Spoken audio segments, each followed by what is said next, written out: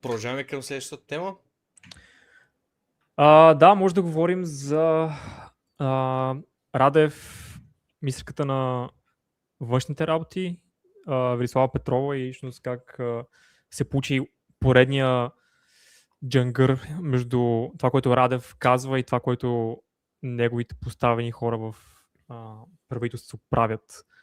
Имаше пак някакъв такъв мисмач. Може тази тема да разискваме. Ти трябва да говориш по нея. Добре, значи това, което аз знам по случая е, че буквално вчера на 15 юли имаше такава среща на върха за страните от така наречената коалиция на желаещите. Това беше коалиция направена за помощ на... Да, точно така. Тъй като НАТО и Европейски съюз малко са самите държави вътре в тези две организации са меко казано разединени по въпрос за Украина и трябва да се помага на Украина. И колко? Франция и Великобритания поведоха така наречената коалиция на желаящите с целта да дават възможно най-много помощ на Украина и всички страни, които по някакъв начин се припознават с каузата на украинците, basically. Като имаше среща на тези държави от коалицията на желаящите в Киев, нали, по принцип там би трябвало да са хора президенти, министър-председатели, но в случай България беше представена от нашата външна министърка Велислава Петрова.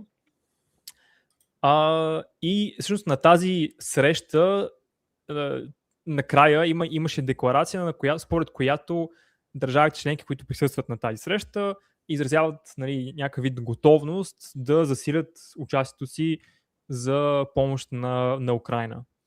Проблемът обаче идва от там, че Радев буквално един ден по-рано казва, че България няма място в такава коалиция, тъй като, нали, по негови думи трябва да се търсят, нали, мирни мерки за справянето с тази война. Тази коалиция всъщност не показва готовност да търси такива мерки. Той даже каза, че е бил поканен лично от Макрон в, нали, Париж да се видят, да говорят. Каза, че е, нали, отказал, така нататък.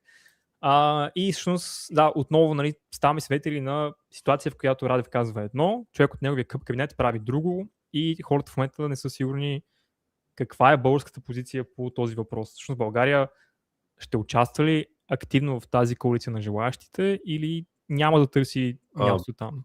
Аз никъде да ти кажа, гледах по новините, този министър на отбраната, ако не се лъжа, каза, че за сега няма да участваме, но във всеки един момент може да решим да участваме.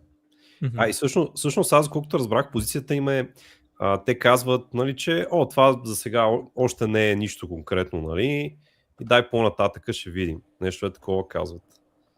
Питват се да го омалважат просто, че няма конкретно нещо, към което да се присъединим все още. Аз гледах тази коалиция на желаящите. То рано погледнато доста държави в Европа също не са в тази коалиция. Да, голяма част от държавите. Мен е, че коалиция на желаящите ми звучи много гадно, защото това ми напомня на Ирак. Да. Да, всъщност... Коалиция на желаящите... Да. Не, тя всъщност още от 70-те години има такова понятие. Ама да, не е свързано с същото. Тя включва всякакви неща от сорта на доставка на оръжия, нали, помощи, aid, финансови такива средства и най-важното в крайна сметка всъщност тези гаранции за сигурност, които Украина иска. За да се стигне до някакви мирни преговори, Украина трябва да получи гаранция за сигурност, че Русия няма да провежда по-нататъчни агресии. Отварям Википедия на страница, нали, коалиция на желаящите за Украина и пише буквално, че България е част от тази коалиция и не знам всъщност, може би до сега. Нашата външна министърка беше на среща. Не знам. Че си готова да даваш помощ на Украина, военна, финансова, aid, също такива неща. Аз не знам неща, които Европейския съюз говори, нали? Просто. Може би България просто ще излезе от тази коалиция официално, или може би не трябва... Или просто или другата опция, нали, да не участва във всяка инициатива на тази коалиция, което означава автоматично малко или много да излезем. Имам предвид, ние не сме, това, че сме от такава коалиция, не сме принудени да правим всичко, което коалицията иска. Не, че подкрепям Радев и решението му, което смятам, че е идиотско, да помогнем на нашите зрители, които мразят Радев. Да им напомним, че и ние мразим Радев. Освен Благо, да обича Радев. Не, аз не бих казал, че мразя Радев. Ти... Познаете кой е руски агент. За който не мрази Радев. Така. Аз просто това, което не разбирам, е защо има такава мискомуникация между Радев и неговия кабинет. Това е единствено нещо, което не разбирам. Това е нормално. Това се случва за пореден път с майчинството. Това е абсолютно нормално. Това е нормално. То не е само неговия кабинет. Ние говорим мискомуникация, изказва на негови депутати. В смисъл, човек някакъв волейболист казва нещо. Не, това е официална среща. Това е официална среща, на която България трябва да бъде представена, нали? Защото е в част от някаква коалиция. Обаче президента, така да е, министър-председател ни казва, че ние не искаме да сме част от тази коалиция. Това е едно ниво нагоре, според мен. Това такива неща не трябва да се случват такива фалове. Или, не знам, това случва ли се преди нашия главен позиция? Нали, хора на върха, на политическата върхушка да казват едно и хора по тях после да казват съвсем друго. Това ако беше в Макдоналдс, нали, в някакъв такъв франчайз за Макдоналдс, и ти си поръчаш някакъв двоен чизбургер и примерно ти носят макфиш, да кажем. Добре, не че защитавам, нали, смисъл... Радев в случая, но представи си го така, имам предвид, те спечелиха и предполагам, вкараха в правителството много повече хора, отколкото и Радев мислиш, че ще вкарат, така че е пълно с някакви хора, които са събрани от всякъде. Не мисля, че те очакваха, че ще има толкова много контрол и това е нов политически проект, който няма историята, няма подготовката, няма опита да функционира адекватно. Така че е съвсем нормално да са супер разорганизирани и пребани. Въпросът е дали това ще доведе до края на партията или не. Дали ще се разпадне на по-малко. Да, ще видим. Значи, анализа на Коси е много правилен в случая. Просто тук са събрали някакви хора, които те до сега, смисъл, единия е бил волейболист, другия е бил там атлет, не знам си какво, смисъл, третия е бил, примерно тази външната министърка е била микробиолог, ако не се лъжа. Да. В смисъл, тези хора просто те нямат нищо общо. До сега не са имали нищо общо, докато не са станали част от тази партия. Докато не са стане част от проекта на Радев, там около, когато го обяви той, кога беше, преди няколко месеца буквално. Нали, преди това не са имали нищо общо помежду си. Нали, замислете се, че в една партия, по принцип, в една нормална партия, всички хора са свързани. Нали, те постоянно си говорят помежду си, споделят си позиции, планират заедно, правят си конференции, правят си срещи, оперативки, какво ли не смисъл. Поне така би трябвало да бъде, нали, в една нормална общност от хора. А тук, нали, имаме една доста голяма общност от хора, която е едва ли не мигновено, така спонтанно създадена. И тя все още тези хора, те не знаят, нали, какви са. То затова един ден единия казва едно, другия казва друго. Нали, как могат толкова хора, те колко депутати имах там, 130 ли? Как могат толкова много хора да се синхронизират? Нали, просто затова казвам, че в момента те просто не са всички на една и съща страница и трябва в крайна сметка, нали, те казват различни неща и накрая Радев казва нещо друго, примерно. Той Радев, нали, не притежава цялата картинка. Радев да не би да знае всяка една точка в бюджета, нали, каква е идеята. Нещата винаги са много сложни.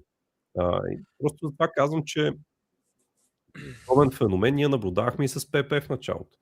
Аз спомням, с ПП беше абсолютно същото. Нали, в началото те, повечето от тях въобще не знаеха какво правят. Излизаха да казват коренно различни неща. Нали, двама човека от една и съща парламентарна група. И просто сега имаме същия момент, но постепенно трябва да имаме предвид, че ПП съществува от 2021 ли беше. За 5 години вече се обиграха горе-долу. Нали, те се така пречистиха вътрешно някакви хора. Което, нали, тук неизбежно ще се случи.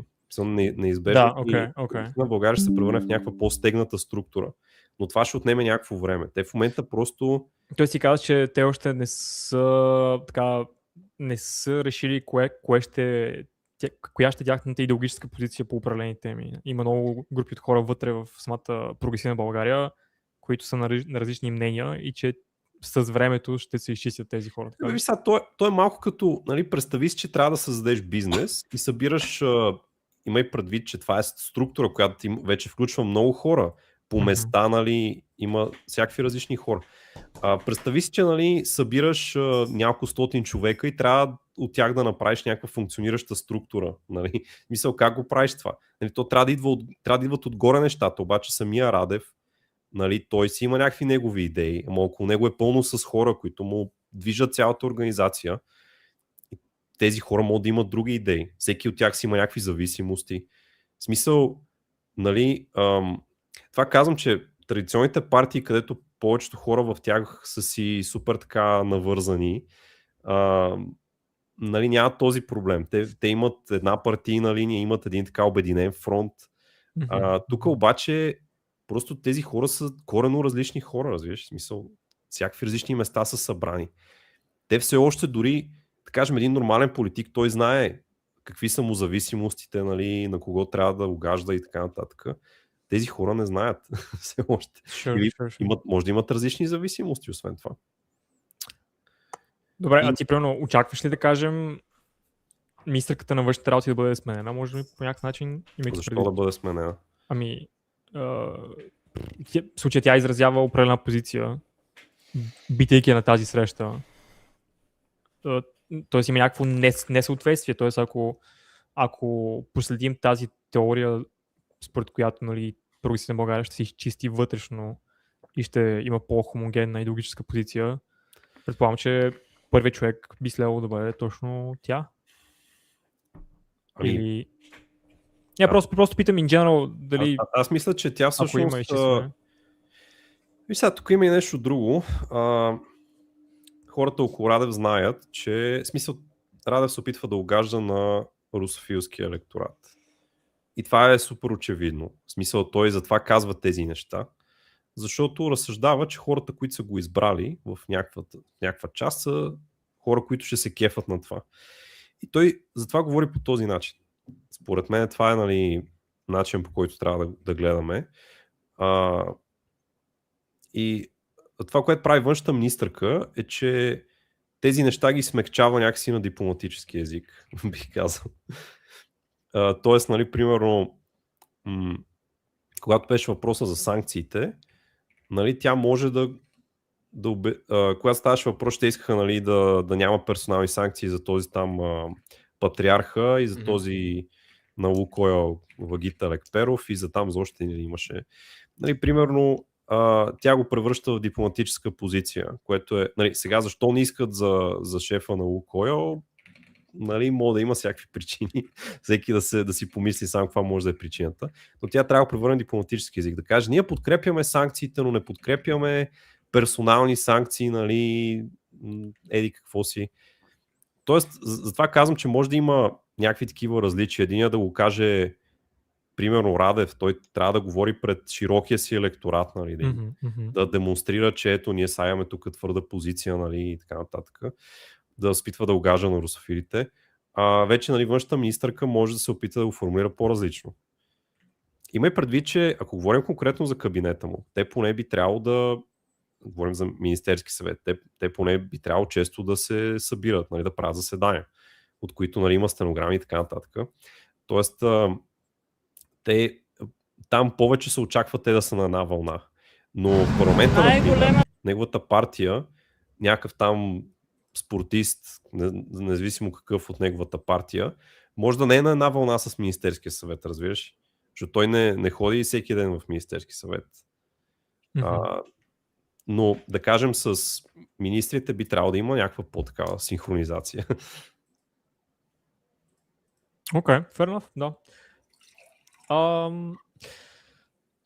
Коментар. Няма такава причина, шизофрения и е умишлено.